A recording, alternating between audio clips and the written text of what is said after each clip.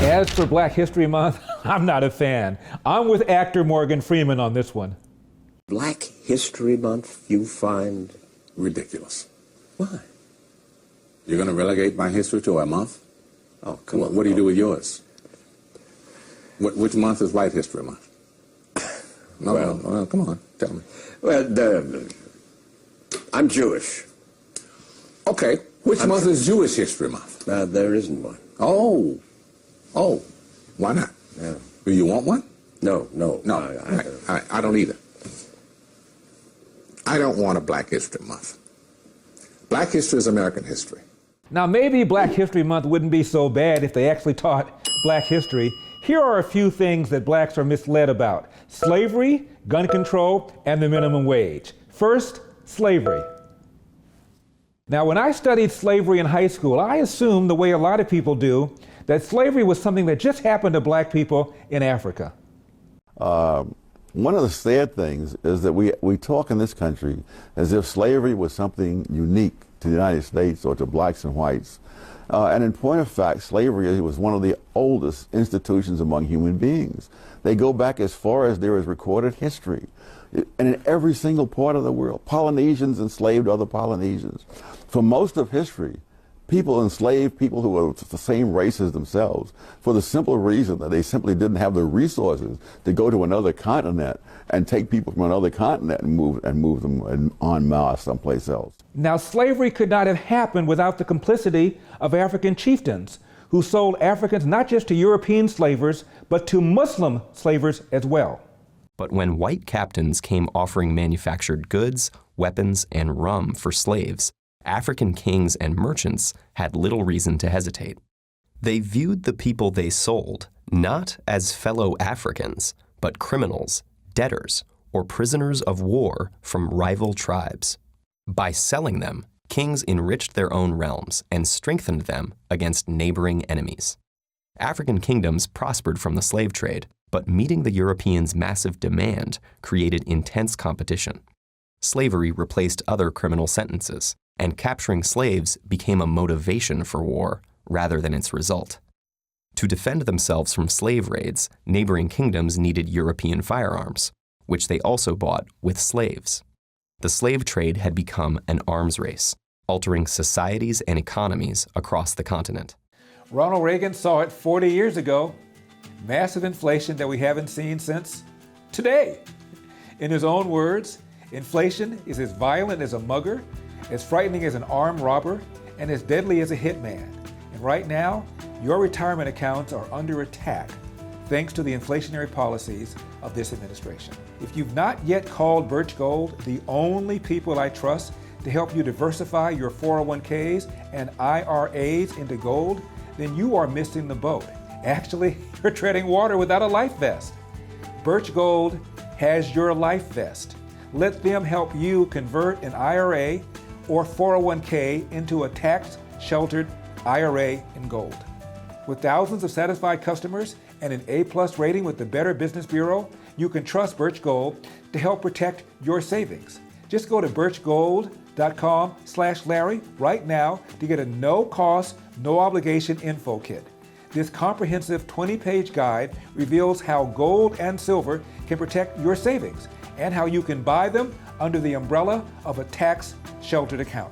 So, do it right now. Go to birchgold.com/Larry. That's BIRCH gold.com/Larry. Did you know that Muslim slavers took more blacks out of Africa than did European slavers? The Muslim slave trade began centuries earlier and continued long after the European slave trade ended. Slavery, yes, during the 9th up to the 13th century, slavery was still very much an Islamic phenomenon as compared to the West. Of course, there was ancient slavery in many other societies, but in terms of chattel slavery, in terms of slavery as an institution, that was profitable. That was very much still an Arab Islamic preserve until the West came in sometime from the 15th, 16th century onwards. Just how extensive was this Arab Muslim slave trade of Africans? Slavery was a very important part of Islamic expansion in West Africa. and in fact in the Sudan, and from the very earliest period of Islamic penetration into Africa. It started by buying, purchasing slaves and trading in slaves, and then it went on from purchasing to raiding for slaves and capturing slaves deliberately, especially mainly black Africans, and transporting them into North Africa and into Saudi Arabia, the Arabian Peninsula, and onwards to the Ottoman Empire to Turkey. So slavery was a very endemic part of Islamic interaction with Africa. And in West Africa, the jihad's period of the 18th and 19th century involved massive slave raiding and slave trading. And many of the slaves that were captured and sent and sold and taken into the transatlantic slave trade, most of those who were doing the raiding at the time were Muslim communities, because they were the dominant tribes. So a lot of that happened. That is not to say that non-Muslim communities were involved in raiding, but the dominant tribes were the Muslim communities that were doing the raiding at the time. Now, I've heard that Muslim slavers and Muslim slave owners treated slaves better than did European slavers and European and American slave owners. But is that true?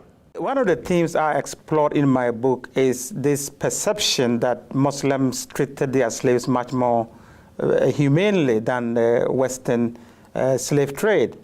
And what I found out in my own research was that that is not necessarily the case, and that there were very harsh treatments of slaves by Muslim groups. It was just a done deal at the time. And one of the key differences I looked at in my book whereas slaves taken to the West were able to marry and reproduce and have their families, and you can still find large populations of African Americans today in North America and in the Caribbean, you go to the Islamic world and you find very few black remnants of the slave trade, which was very massive. And one of the reasons is that many of the male black slaves taken into the Islamic world were castrated as eunuchs, which meant that they could not, of course, reproduce. And the other factor is that many of the women were taken as concubines by their slave masters, and they gave birth to mixed races, and they were very much absorbed into the society. So you don't have black slave descendants in the Muslim world as you would in North America, and part of the reason is the castration and the way the slaves were treated. Now, slavery ended in the West, in America, not until after the Civil War. But what about the Arab Muslim slave trade? When did it end? In fact, has it ended? Slavery persisted in Islamic countries far, far longer than it did in the West. The West abolished slavery long before the Islamic countries ever abolished slavery. And they did so under a lot of pressure from colonial governments and from Western governments and from all kinds of activist groups. And in fact, the Saudi Arabia, for instance, abolished slavery in 1961 or 1960 thereabout, whereas Mauritania abolished slavery in 1981. And these were done on paper, and a lot of it is still being done. In practice, there are still a lot of slaves in Muslim countries. And the Sudan, during the Civil War, there was a lot of slave raiding going on, done by the Arab Muslims in the north against the enemies and the Christian Africans in the south. So even up to the 90s and this century, there was still capturing of young African men, boys in the Sudan for sale. So slavery continues, even though it has been abolished on paper in many Muslim countries. Now, gun control. Liberals, especially those living in the inner city where crime is high, often demand further gun control legislation. We fought a good fight earlier this year, but we came up short. And that means we've got to get back up and go back at it, because as long as there are those who fight to make it as easy as possible for dangerous people to get their hands on guns, then we've got to work as hard as possible for the sake of our children. We've got to be ones who are willing to do more work to make it harder. Are black students taught that the gun control movement began in this country as a means to make sure newly freed black slaves did not get their hands on guns? In the most infamous Supreme Court decision ever, Dred Scott, the Supreme Court Justice Roger Taney said, if blacks are anything other than chattel property, they may be able to get their hands on guns. It was a horrible, racist Southern Democrat judge named Roger Taney, and he determined that Dred Scott could not count for more than 3/5 of a person. Why? Because Dred Scott couldn't have a firearm. In fact, Judge Taney later noted, and this is in a chapter in my first book, Hands Off My Gun, that in order for him to give Dred Scott full citizenship and count him as an actual law-abiding American, that meant that Dred Scott would have the, quote, full liberty to have and to bear arms. And Judge Taney couldn't have that.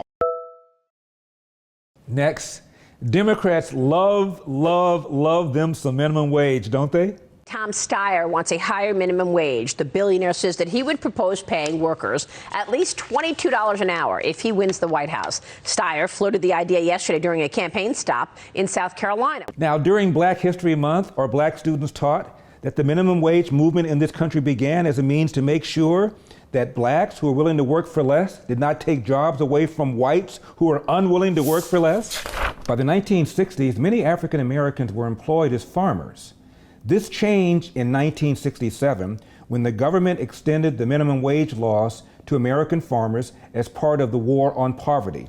Black farmers who were accustomed to making a modest $3.50 per day were now legally required to be paid $1 per hour, a tremendous increase in wages. The effect of this law was immediate and undeniable. An estimated 25,000 farm workers were put out of work in the Mississippi Delta alone. Black farmers were not oblivious to the cause and effect.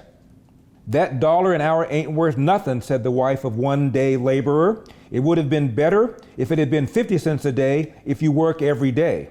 50 cents per day, of course, was a lower wage than what her husband would have been earning prior to the law. Her point was clear. The federal minimum wage law destroyed their ability to earn a living.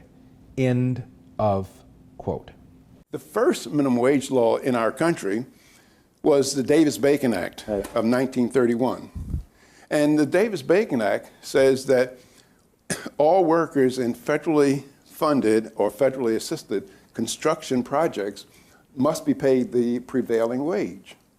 And if you look on page 6513 of the Congressional Record on March 31st, 1931, you'll see congressional testimony where congressmen will say, see that contractor over there? He brings cheap colored labor up from the South, puts them in cabins, and it's labor of that sort that has to compete, that white Americans are competing against. One of the things that my friends on the left think is just grand is the minimum wage.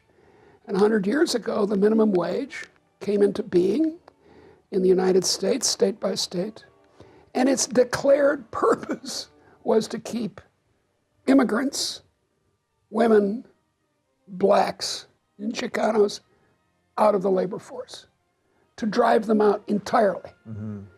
Newspaper editorials, the economics profession, they all said, oh boy, this is good for the Anglo-Saxon race. Thus, the consequences of minimum wage rates have been almost wholly bad, to increase unemployment and to increase poverty. Moreover, the effects have been concentrated on the groups that the do-gooders would most like to help. The people who have been hurt most by minimum wage laws are the blacks. I have often said that the most anti-Negro law on the books of this land is the minimum wage rate. I'm Larry Elder, and we've got a country to save. I'll see you next time. Larry Elder here, and I've got some great news for you. If you're tired of the censorship in this country, then you're in luck.